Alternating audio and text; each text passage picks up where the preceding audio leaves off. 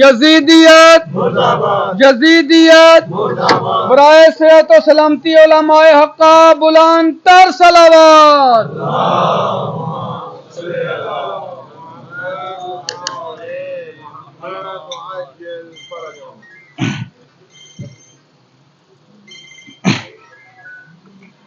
بار دیگر با آواز بلند صلوات.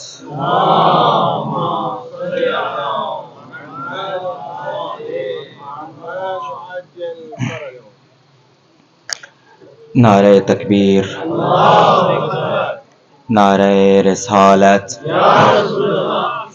نعرہ حیدری، نعرہ حیدری، حسینیت، یزیدیت، اہل بیت کے دشمنوں پہ لعنت، لعنت، بآواز بلند صلوات.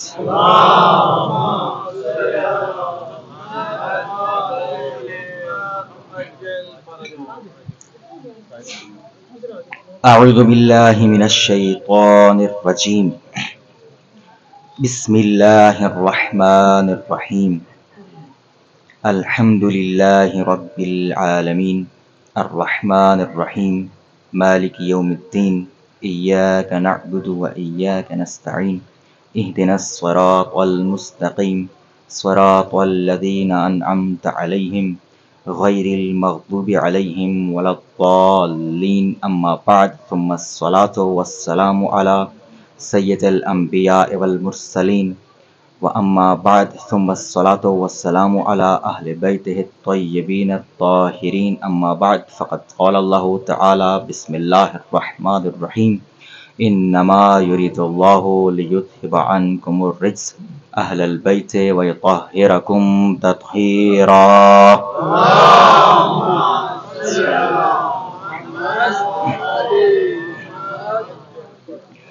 دعا ہے خداوند متعال تمام عزاداران کی عزاداری اپنی بارگاہ میں قبول و منظور فرمائے.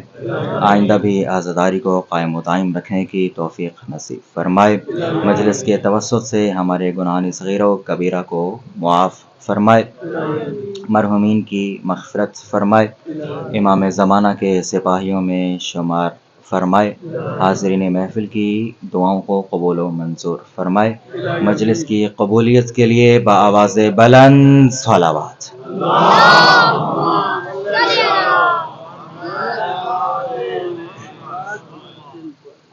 جزاک اللہ خیرہ.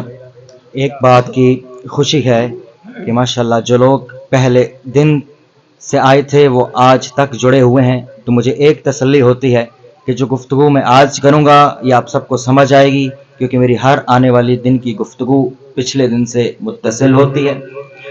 گزشتہ روز جہاں سے چھوڑا وہیں سے جوڑنے کی کوشش کروں گا، اور کوشش کروں گا کہ آپ کو یہی لگے کہ کل والی مجلس ہی آگے کنٹینیو ہے، چونکہ 24 گھنٹے گزرنے کے بعد موضوع کو جوڑنا تھوڑا سا خطیب کی آزمائش ہوتی ہے، تھوڑی سی مدد فرمائیے گا. کل موضوع کا آغاز اس بات سے ہوا تھا، کل پوری مجلس میں موضوع یہاں تک آیا، حالانکہ بات میں بڑھانا چاہتا تھا کہ جیسا نبی ہوتا ہے ویسا وصی ہوتا ہے. وصی کا اگر مقابلہ ہو تو کم از کم کسی اور نبی سے ہوگا، عام لوگوں سے نہیں ہوگا. میں آج اس کی مثال دینا چاہوں گا.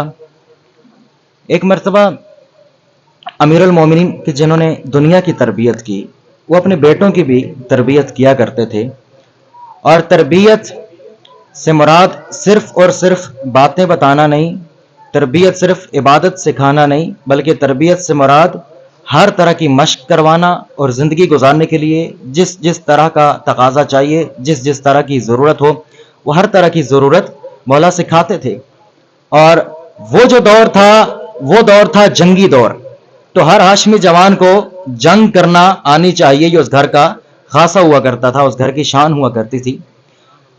ایک مرتبہ جناب محمد حنفیہ امیر المؤمنین کے بیٹے ہیں، امام حسن علیہ السلام امیر المؤمنین کے بیٹے ہیں، تو تیر اندازی کی مشق چل رہی ہے، سامنے نشانہ ہے اور دونوں بیٹے ہیں، اور مولا دونوں کو مشق کروا رہے ہیں، مولا دونوں بیٹوں کو پریکٹس کروا رہے ہیں تیر اندازی کی.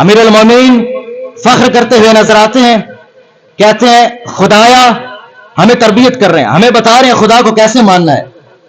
کہتے ہیں خدایا میں علی نے آپ کو جنت کی لالچ میں نہیں مانا, خدایا علی نے آپ کو جہنم کے ڈر سے نہیں مانا, خدایا علی نے آپ کو اس لیے مانا کیونکہ آپ اس قابل ہے کہ آپ کی عبادت کی جائے, خدایا آپ اس قابل ہے کہ آپ کو خدا کہا جائے.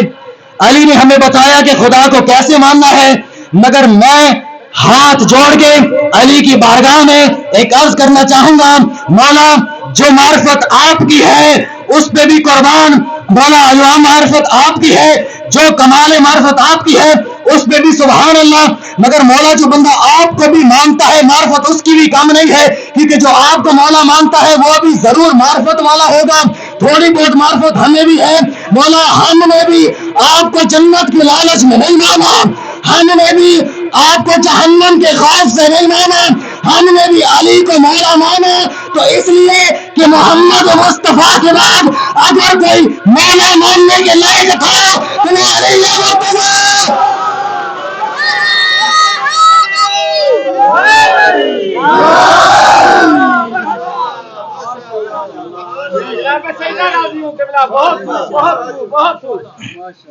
آپ سلامت رہیں, جیتے رہیں. میں قریب آ رہا ہوں.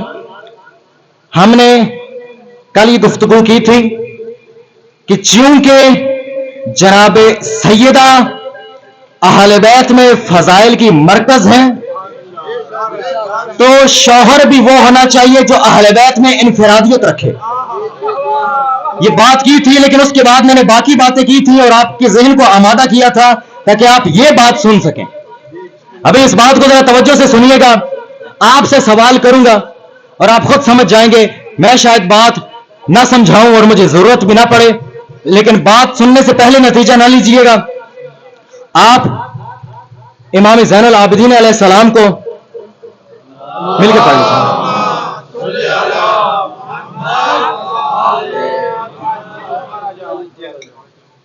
امام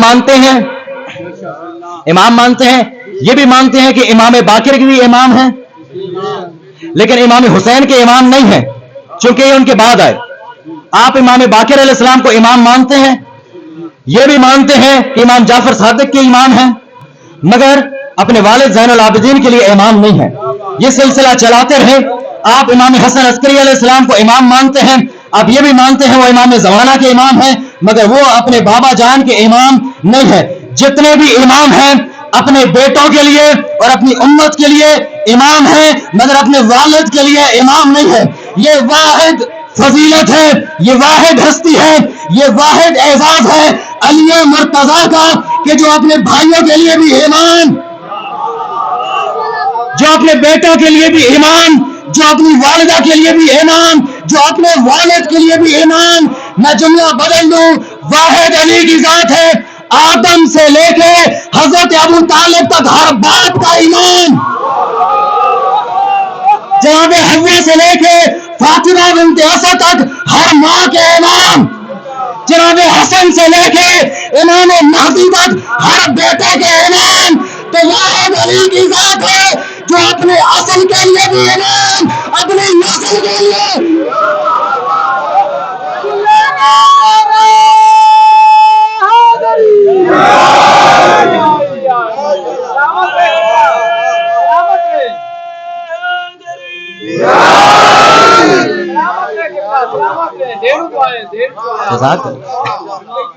آپ جیتے رہیں. امیر المومنین پوری نسل کے لیے امام ہیں اور انبیاء کے لیے لیڈر ہیں, امام ہیں.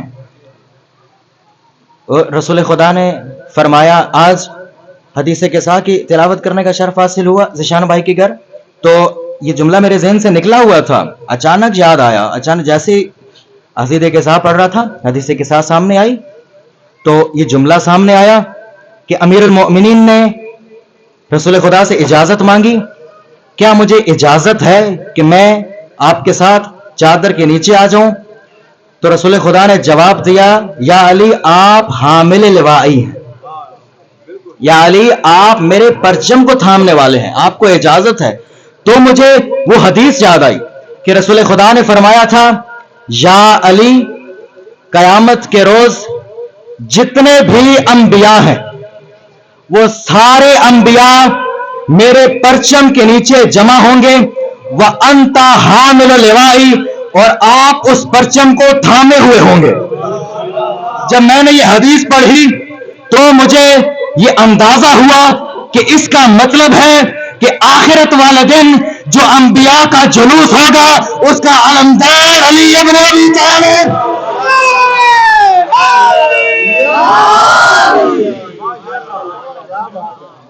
علی کی انفرادیت سمجھ آ رہی ہے آپ کو؟ اتنی انفرادیت کہ ایک مرتبہ رسول خدا سے کچھ لوگوں نے پوچھا کہ یا رسول اللہ, آپ کے قریبی ہستیاں بہت ہیں, آپ کو بہت سارے لوگ اچھے لگتے ہیں, ہم آپ سے جاننا چاہتے ہیں یا رسول اللہ ہمیں بتائیے کہ آپ کو لوگوں میں سے سب سے اچھا کون لگتا ہے. بھائی توجہ رہیے, ذرا توجہ کا طالب, آپ کو لوگوں میں سے سب سے اچھا کون لگتا ہے؟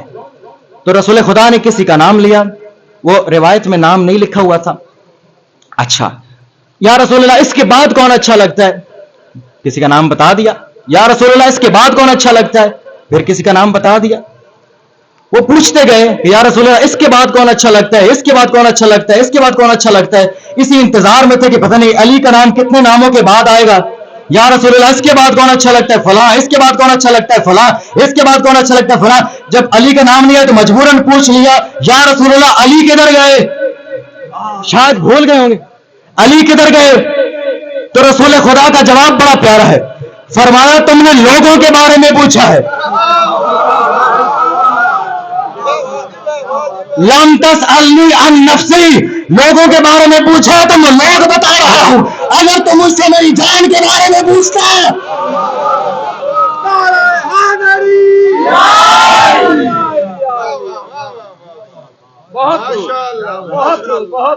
سلامت رہیے. یہ آپ کو یاد ہے میں نے کل آپ کو بتایا تھا واقعہ, آپ کو ایک سنانا تھا, اسی بہانے اور مل گئے, یہ وہ سنا رہا. آخری پھر آگے بات چلاتے ہیں. غصہ تو نہیں کر؟ جزاک اللہ. رسول خدا کو وحی آئی, فرشتہ نازل ہوا, جبرائیل آئے اور کہتے ہیں یا رسول اللہ, اللہ کی ذات آپ پہ سلام بھیجتی ہے اور آپ کو کہہ رہی ہے کہ علی کو اپنے سامنے کھڑا کرو, علی کو اپنے سامنے رکھو. ٹھیک ہے, علی کو اپنے سامنے کر لیا. پھر فرمایا اللہ کی ذات کہہ رہی ہے, ایک تشت منگوایا اور اللہ کی ذات کہہ رہی ہے کہ دیکھو اس تشت میں علی کے ہاتھ دھلواؤ. میں واقعہ تھوڑا مختصر کر رہا ہوں. ایک برتن ہے, پانی ہے, اور رسول خدا کو اللہ کی ذات حکم دے رہی ہے کہ علی کے ہاتھ دھلواؤ. تو رسول خدا نے امیر المؤمنین کو کہا یا علی ہاتھ آگے کیجئے, میں نے آپ کے ہاتھ دھلوانے ہیں. مولا علی کہ جو کہتے ہیں انا عبد من عبید محمد, میں محمد کے غلاموں میں سے ایک چھوٹا سا غلام ہوں, کہتے ہیں یا رسول اللہ یہ حق تو میرا ہے کہ میں آپ کے ہاتھ دھلواؤں. کہا علی پھر مجبوری ہے, مجھے خدا نے حکم دیا ہے, مجھے خدا نے یہی کہا ہے کہ علی کے ہاتھ دھلوانے ہیں.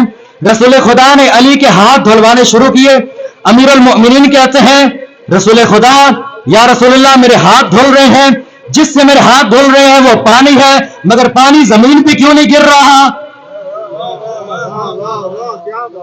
پانی ہاتھوں پہ تو آ رہا ہے مگر زمین میں نہیں جا رہا. تو رسول خدا نے بتایا دیکھو یا علی جو پانی تمہارے ہاتھ پہ پڑتا ہے وہ زمین پر گرنے سے پہلے ملائکہ اپنے ہاتھوں میں لیتے ہیں اور اپنے ہاتھوں میں لے کے اس کو اپنے چہروں پہ ڈالتے ہیں تبرک کی خاطر.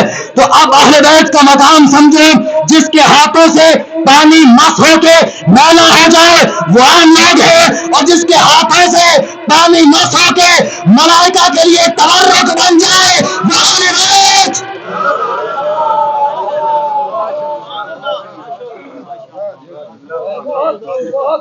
ایک صلوات ہدیہ کر دیجیے.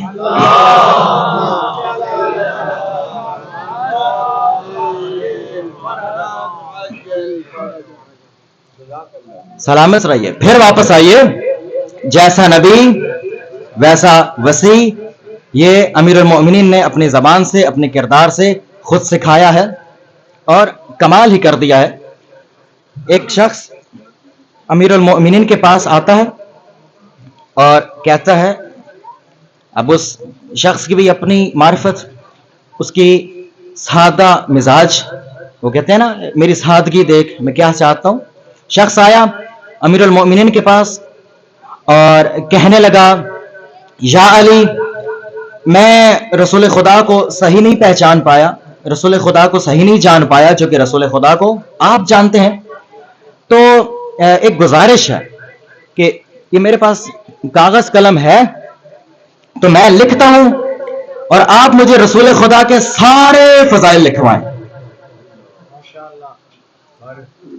شاید میں بات نہیں سمجھا پایا. امیر المؤمنین کو بھی اس وقت یہی لگا کہ بھئی اس وقت ایسے میں اس کو بات نہیں سمجھا سکتا. امیر المؤمنین نے اس کو کہا کہ دیکھو ایک کام کرو, پھر میں یہ کام کرتا ہوں, تم میرا ایک کام کرو پھر میں تمہارا یہ کام کرتا ہوں. جی مولا حکم. کہا آج جاؤ کل آنا, اور آج جاؤ پورا دن لگا کے اللہ تعالیٰ نے کائنات میں جتنی بھی نعمتیں نازل کی ہیں ان کو لکھ کے لاؤ.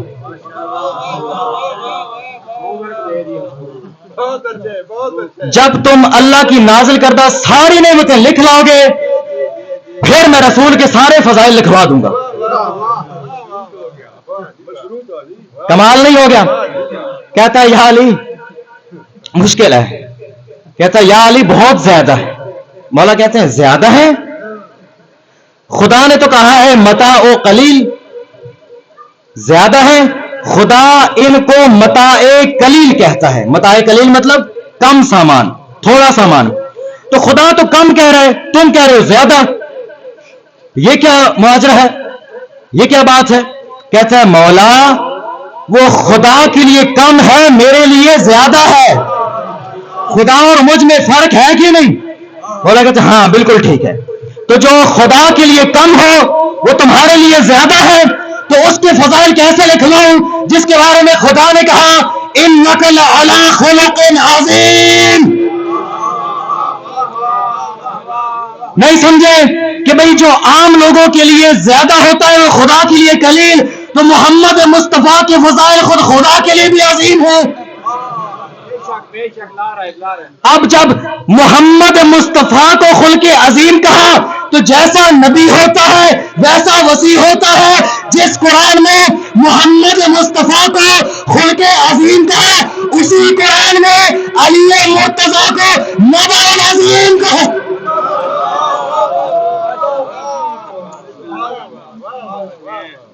سلامت رہیے. نبع العظیم کا بلکہ مختلف القابات سے پکارا ہے.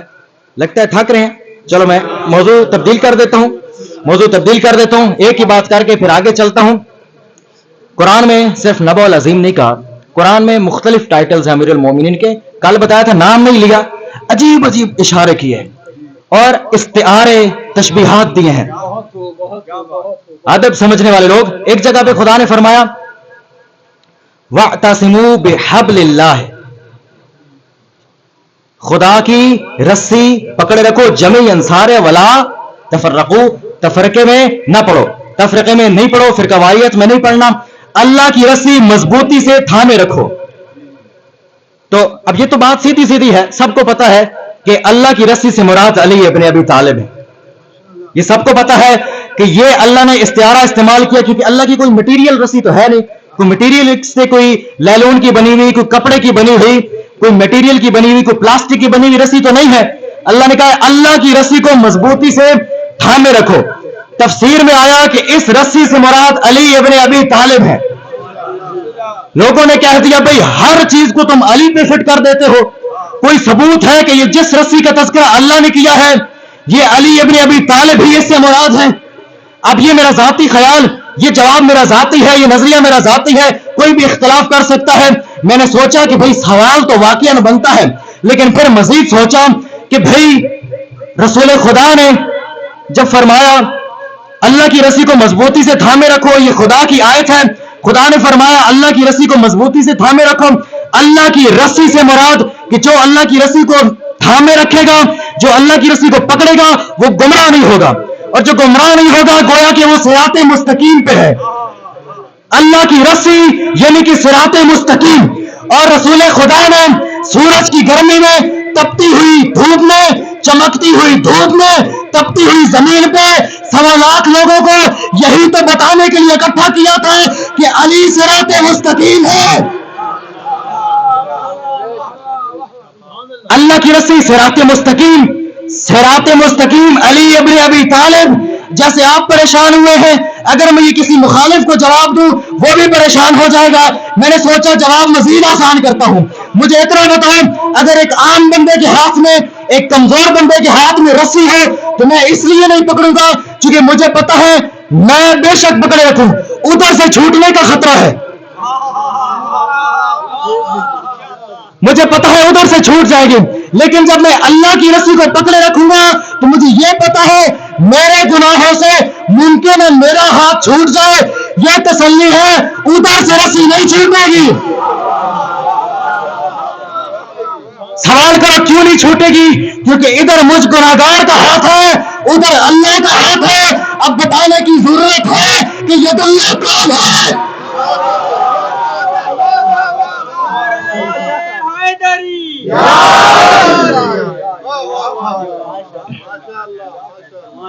جیتے رہیے. تو کہیں بھی خدا نے نام نہیں لیے، البتہ ایک جگہ پہ نام لیا. اب بات اگلے سٹیپ پہ جا رہی ہے. ایک جگہ نام لیا اور وہاں بھی ریزن بتا دی. حضرت اشمعیل ایک نبی ہیں اور ان کی قوم حضرت اشمعیل کے پاس آتی ہے اور حضرت اشمعیل کو کہتی ہے یا نبی قوم نے بڑا تنگ کر رکھا ہے. وہ کہتی ہیں کہ ہمیں جو جالوت ہے، جالوت بہت تنگ کرتا ہے، بہت تکلیف دیتا ہے، بہت ستائش میں رکھتا ہے، بہت اذیت دیتا ہے. تو اللہ سے کہیے کہ ہمارے لیے کوئی جانشین اور نمائندہ بنا دے. آپ سمجھے نہیں قوم کی معرفت.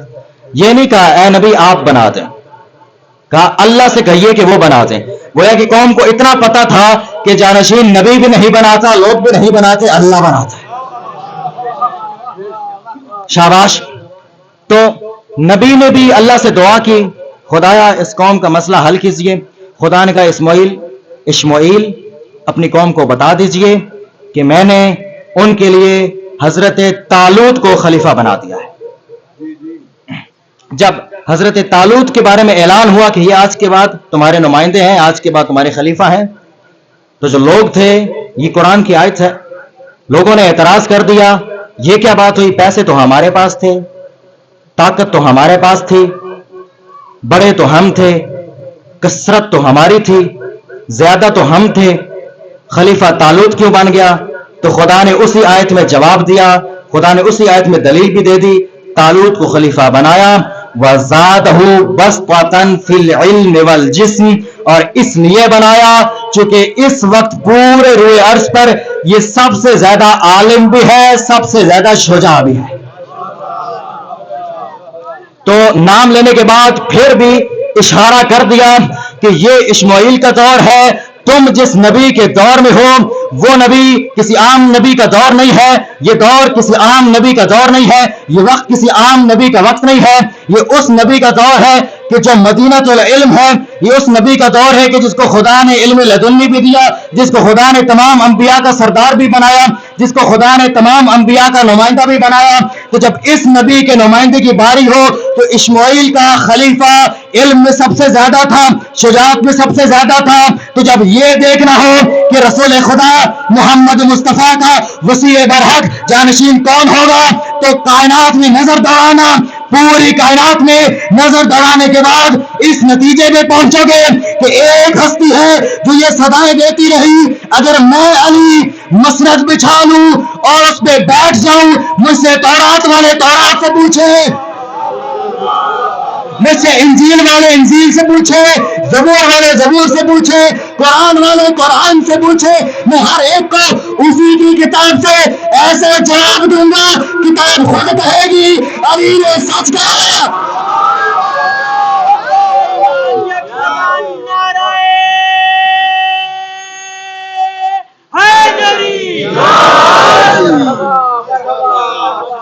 اور اگر بات کرو گے شجاعت کی تو علی کی ذوالفقار تمہیں میدان خیبر و خندق میں رقص کرتے ہوئے نظر آئے گی، جواہر شجاعت دکھاتے ہوئے نظر آئے گی، معجزے دکھاتے ہوئے نظر آئے گی، کرامات دکھاتے ہوئے نظر آئے گی، یہاں تک کہ زمین و آسمان، ملائکہ اور تمام اجرار سماوی اور تمام جواہر آسمان، تمام کون و مکان، تمام زمان و مکان، تمام زمان و زمان یہ کہتے ہوئے نظر آئیں گے لا فتح الا علی، لا سیف الا ذوالفقار۔ سلیمان نعرہ حیدری۔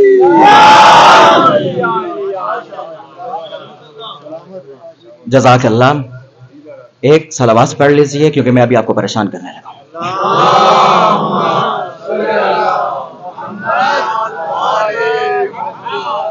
وہ یہ پریشان کر دیا، یہ جو بات کی نا پریشان ہو گئے، اب آگے کوئی پریشانی نہیں۔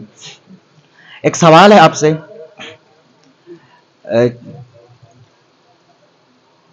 امیر المؤمنین کی ذات کو ہم نے عالم مانا، عالم لدنی مانا، اور یہ بھی مانا کہ امیر المؤمنین کہتے ہیں کہ میں علی آسمانوں کے راستے زمینوں سے بہتر جانتا ہوں، مانتے ہیں ہے نا؟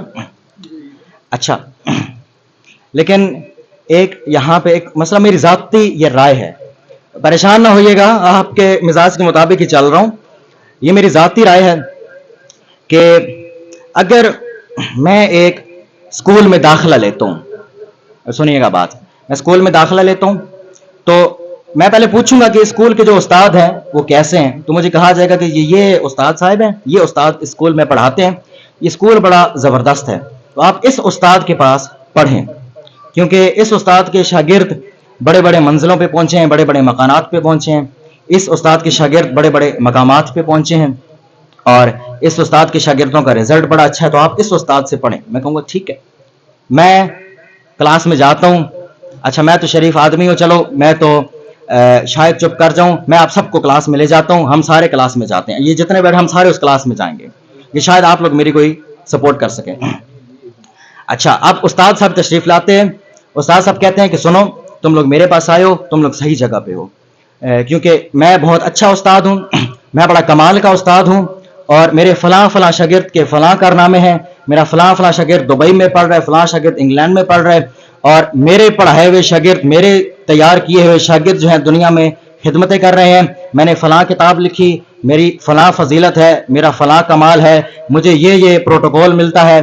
تو پہلے دن کلاس ختم ہو گئی، ٹھیک ہے جی استاد نے آج بڑے کمال بتائے۔ دوسرے دن ہم جاتے ہیں اور استاد صاحب تشریف لاتے ہیں، پرنسپل صاحب تشریف لاتے ہیں، کہتے ہیں آپ لوگوں نے اسکول کو چنا ہے، بڑا کمال ہے، بڑا آپ لوگوں نے صحیح انتخاب کیا، یہ جو اسکول ہے یہ بڑا کمال کا اسکول ہے، اس کے سارے استاد اچھے ہیں، اس کے سارے استاد بڑے کمال کے ہیں، اس میں جو کتابیں پڑھائی جاتی ہیں وہ بھی بڑے کمال کی ہیں، اور اس میں جو شاگرد آتے ہیں وہ بھی بڑے کمال کے ہیں، سب سے بڑی بات ہمارے اسکول کی بلڈنگ بھی بڑی خوبصورت ہے، اس سے بڑی بات ہمارے اسکول میں بریک بھی ہوتی ہے، ہمارے اسکول میں لنچ بھی ملتا ہے، ہمارے اسکول میں ریفریشمنٹ بھی ہوتی ہے، ہمارے اسکول میں سختی نہیں ہوتی، ہمارے اسکول میں استادوں کا پڑھانے کا طریقہ بڑا زبردست ہے۔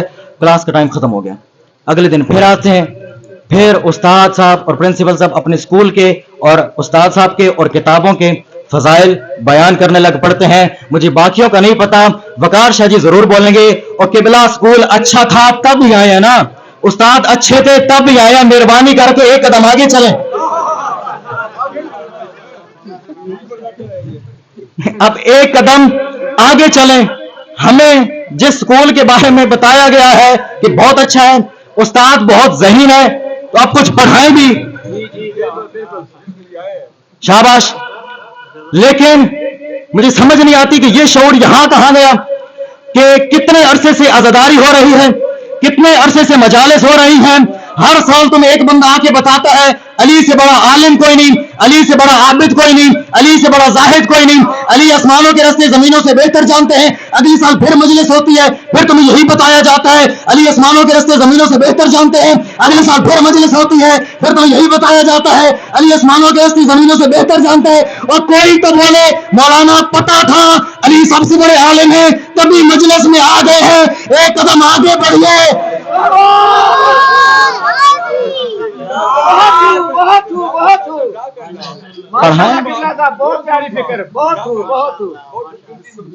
سلامت رہیے، بڑھ رہے ہیں۔